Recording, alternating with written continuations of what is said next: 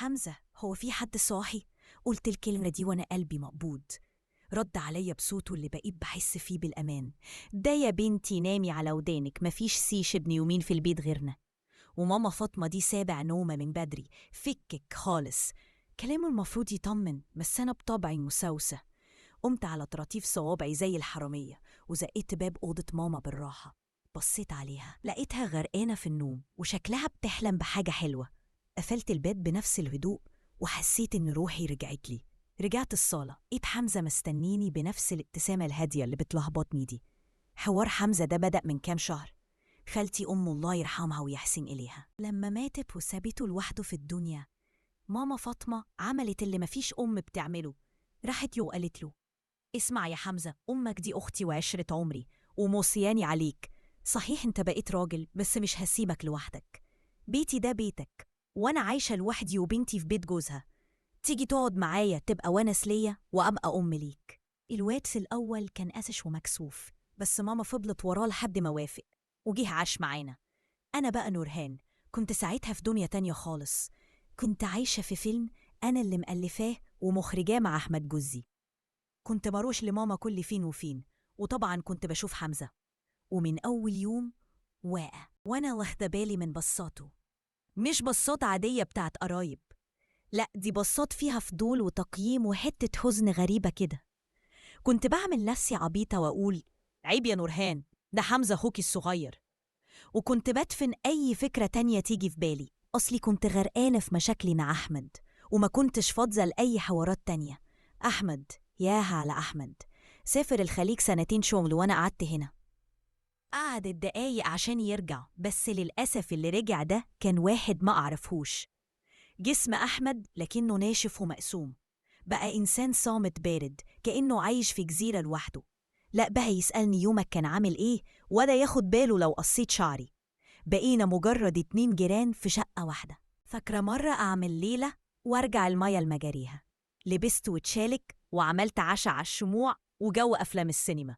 دخل أحمد، بص على كل ده بقرف وقال لي: إيه الهبل اللي انتي عاملاه ده؟ مش ناقصة. قعد على الترابيزة واللقمة وقفت في زوري، وهو ولا همه ماسك الموبايل وعايش مع نفسه. الليلة دي أنا انفجرت، قلت له بكل القهر اللي جوايا: إيه أحمد، أنا مراتك على فكرة، حتى أنا في البيت ده مش بني آدم ليها مشاعر؟ بصلي برود وقال جملته الشهيرة: من الآخر، عايزة آكل وشرب وفلوس، كله بيوصلك لحد عندك، عايزة إيه تاني؟ خلصنا. كلامه كان زي الكرباج. وقتها أيقنت إن مفيش، ولما قلت له لازم نلاقي حل، كان بومبل في وشي: لو مش عاجبك الباب يفوت جمل، ولا كأنه بيبيع أي حاجة، مش بيهدم بيت. بعدها سحبت نفسي ومشيت، رحت لماما وأنا منهارة.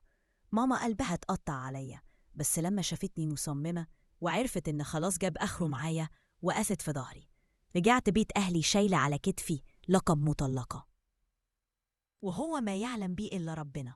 الأيام الأولى كانت سواد، حاسة إني فاشلة وعالة على الكل، بس حمزة كان موجود، مش بالكلام، بالفعل. ساعات أصحى من النوم ألاقي كوباية ينسون دافية جنب سريري، وساعات يجي من بره دايب لي الشيكولاتة اللي بحبها. حاجات صغيرة بس كانت بتفرق. لحد ما في يوم كنا قاعدين في البلكونة أنا وهو وسكوت تلاتنا، فجأة بصلي وقال: والله العظيم أحمد ده لو بيفهم ما كان سابك، ده في حد يسيب برنسيسة زي كده؟ الكلمة خضتني، لأول مرة بيتكلم بصراحة كده. رديت وأنا مش عارفة أقول إيه: نصيب يا حمزة. رد بحرقة: نصيب إيه؟ دي قلة نظر بجد، معرفش دماغه فيها إيه. في اللحظة دي ماما خرجت كالعادة في الوقت المناسب، وبصت لنا وقالت: ما تقوموا يا ولاد تتمشوا شوية بدل الخنقة دي، انزلوا شموا هوا.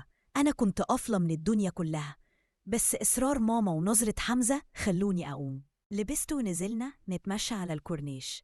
الهوا كان حلو، بس أنا من جوه كنت متلخبطة.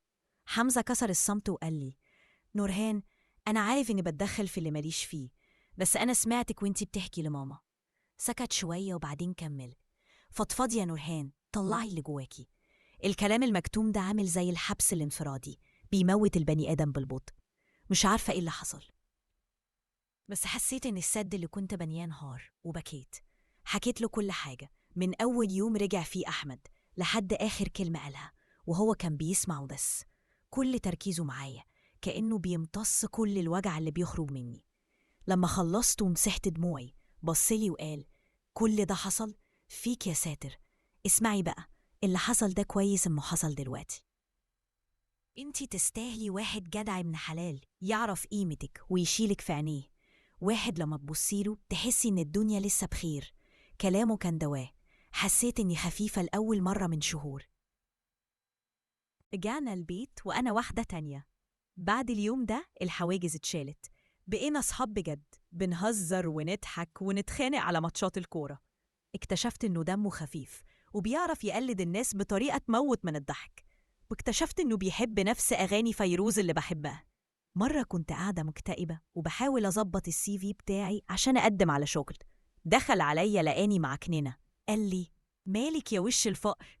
قلت له: أنا تايهة.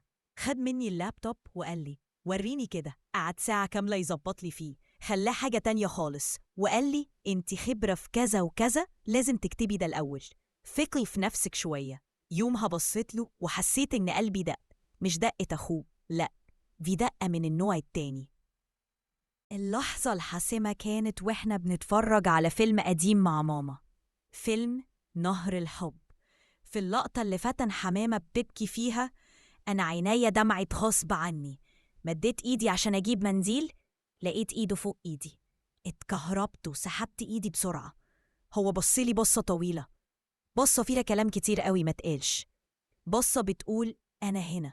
وقتها فهمت إني بحبه، حبيته خلاص. بس الخوف كان هيموتني، خايفة أقع تاني، خايفة يطلع كله كلام وارجع لنقطة الصفر. فضلنا على الحال ده كام أسبوع لحد ما حمزة قرر يجيب من الآخر.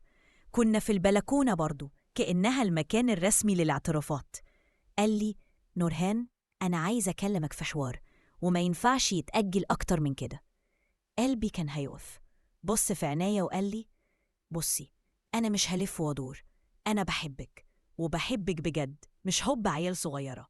أنا عايزك مراتي وأم عيالي، وعارف إنك لسه خايفة ومجروحة، ومستعدة استناكي العمر كله، بس كان لازم أقولك عشان أبقى مرتاح قدام نفسي. وربنا، ها، قلتي إيه؟ دموعي نزلت تاني، بس المرة دي دموع فرحة. هزيت راسي وأنا مش قادرة أنطق حرف، والضحكة شقت وشي. ما قالش كلام منمق، ولا وعدني يجيب لي النجوم. هو قال كلام رجالة، كلام يدخل القلب على طول. عرفت ساعتها إن ربنا عوضني، وإن دي مش مجرد بداية جديدة، دي بدايتي الحقيقية.